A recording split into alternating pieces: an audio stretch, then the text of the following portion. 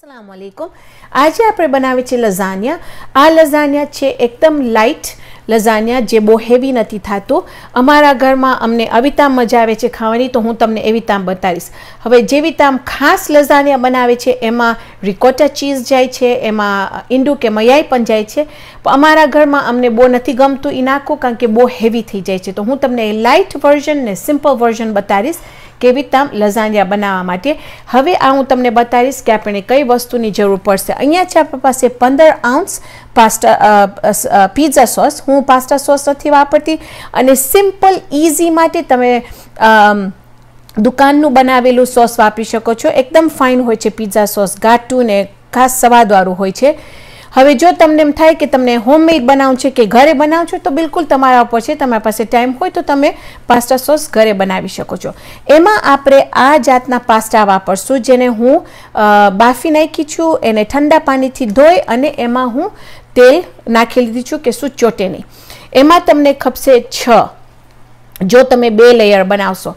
એમાં આપણે નાખશું ભાજી જે છે ફ્રેશ બેબી સ્પિનચ કે છે એને હું કાપી નાખી છું, સાવ એટલું બધું નાનું નહીં પણ રફલી ચોપ કરી છું એને, તો આપણને લગભગ 1.5 કપ એ ખપશે।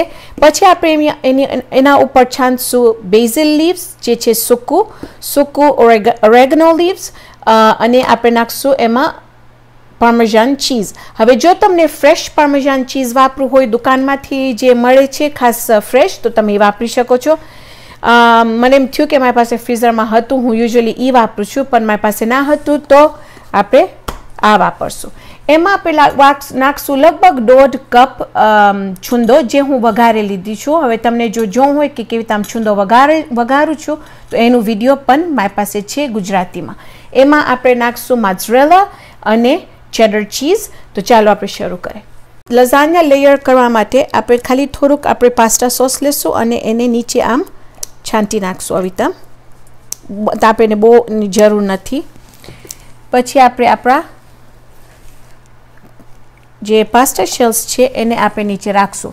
હવે તમે ઘરે જો આ બનાવતા હો તો તમને મોટી ટ્રે ખપશે 9 બાય 13 ઇંચ। આ હું બનાવી, મારું એક ઓલરેડી ઓવનમાં છે અંગ્રેજી વિડીયો, તો આ હું ગુજરાતી વિડીયોનું હું એટલું બધું નથી બનાવતી, કારણ કે પછી બહુ મારા ઘરે નહીં ખવાય।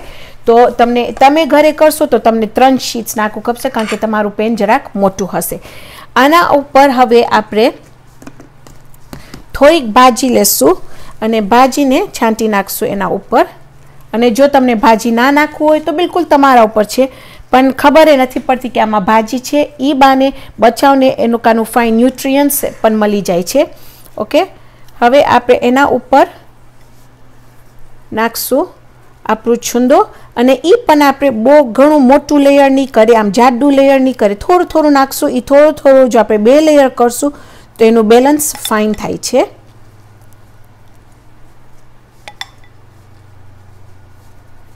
ઓકે,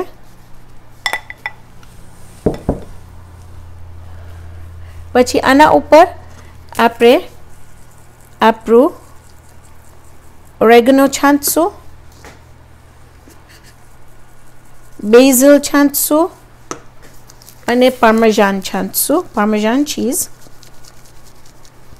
ઓકે, હવે આપણે લઈને એના ઉપર પહેલા ચેડર ચીઝ નાખશું,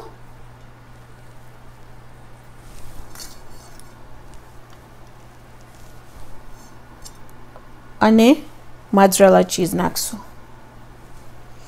આ તમે ફ્રીઝ પણ કરીને રાખી દઈ શકો છો, કે જો તમને જ્યારે ઠીક ના હોય કે રાંધાનું મન ના થતું હોય તો તમે કાઢીને તરત એક વખત બહાર રાખો 2-3 કલાક માટે, જરાક પોચું થઈ જાય એટલે તમે એને ઓવનમાં નાખી દો। હવે આપણે બીજું લેયર કરશું, એના ઉપર પાછું આપણે આપણા પાસ્તા શીટ્સ નાખશું।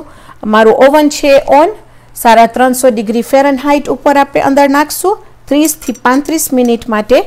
એક વખત 35 મિનિટ થઈ જશે એટલે હું એને કાઢીશ, પછી 450 ડિગ્રી ઉપર આપણે રાખશું। 450 આપણે રાખશું, એના ઉપર હું નાખીશ વધારે આપણું ચીઝ, 2 મોઝરેલા અને આપણું ચેડર ચીઝ, કે આમ ફાઇન ઓગળી જાય। એક વખત ઓગળી જાય એટલે આપણું લઝાનિયા તૈયાર હશે।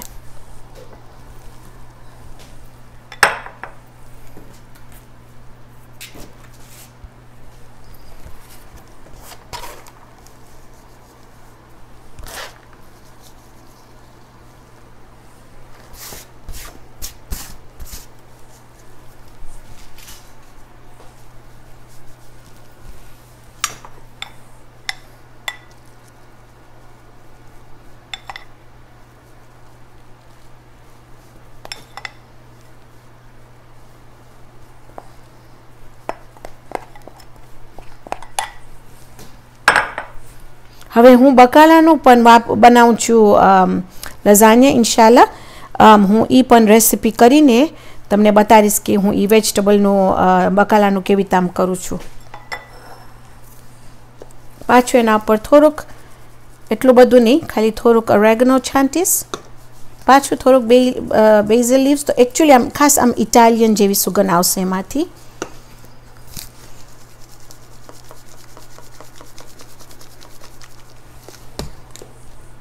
અને પછી આ ખાલી આપણે આવી આમ કરી ને ડીગ્રી ઉપર રાખી સાવ જ ચીઝ આપણું મેલ્ટ કરશું.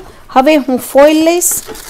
ફોઇલ સાથે એને ફાઇન રીતે ઢાંકી નાખો તો એનું અંદરનું જે સ્ટીમ છે, સ્ટીમ થશે, એમાં આપણું લઝાનિયા એકદમ ફાઇન રીતે પાકી જશે. તો હવે હું એને ઓવનમાં નાખી દઈશ 30 કે 35 મિનિટ માટે. ઇન્શાલ્લાહ આવીને હું તમને બતાવીશ કે કેવું લાગે છે. તો અહીંયા છે આપણું 25 મિનિટ, લગભગ 30 મિનિટ લાગી. હું તમને બતાવીશ કેવું લાગે છે. એકદમ ગરમ છે. તમે જોશો કે આપણું ફાઇન મોઇસ્ટ થયું છે. હવે આની ઉપર આપણે આપણું ચીઝ થોડુંક મિક્સ કરશું, 2 મોઝરેલા અને ચેડર ને એના ઉપર આપણે નાખી અને હવે હું 450 ડિગ્રી ઉપર રાખીશ ઓવન અને હું કાઢી લઈશ ખાલી જ્યાર સુધી આપણું ચીઝ મેલ્ટ થાય એટલું સુધી. ને પછી તૈયાર હશે તો હું તમને બતાવીશ કે અંદર કેવું લાગે છે. તો આપણું તમે જોશો તો લઝાનિયા તૈયાર છે અહીંયા.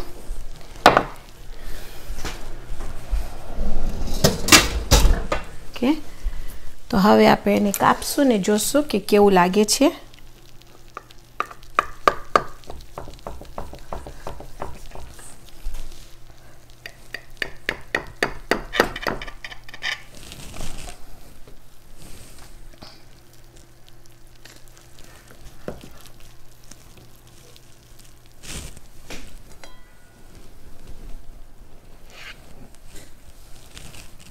ઓકે, તો તમે જોશો કે તમને ચીઝનું લેયર દેખાશે અહીંયા. પછી આપણું સોસ, છુંદો, પાસ્તા, છુંદો ને આપણી ભાજી. ચાલો આપણે ટ્રાય કરીએ.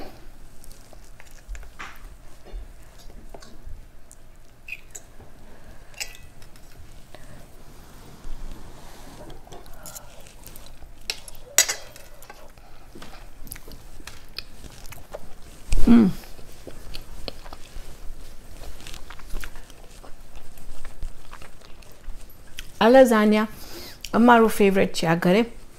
આમાં એટલું બધું હેવી વસ્તુ નથી, એટલું બધું ભારે નથી પડતું, લાઇટ છે અને ચીઝ પણ ફાઇન તે ઉપર સોફ્ટ થઈ ગયું છે, પોચું થઈ ગયું છે અને એકદમ ફાઇન લાગે છે. તો આજે આપણે બનાવ્યા છે છુંદાનું લઝાનિયા ઈંડું વગરનું. ઇન્શાલ્લાહ આવતી વખતે આપણે બીજી જબરદસ્ત રેસીપી બનાવશું. તો ત્યાર સુધી ખુદાહાફિઝ.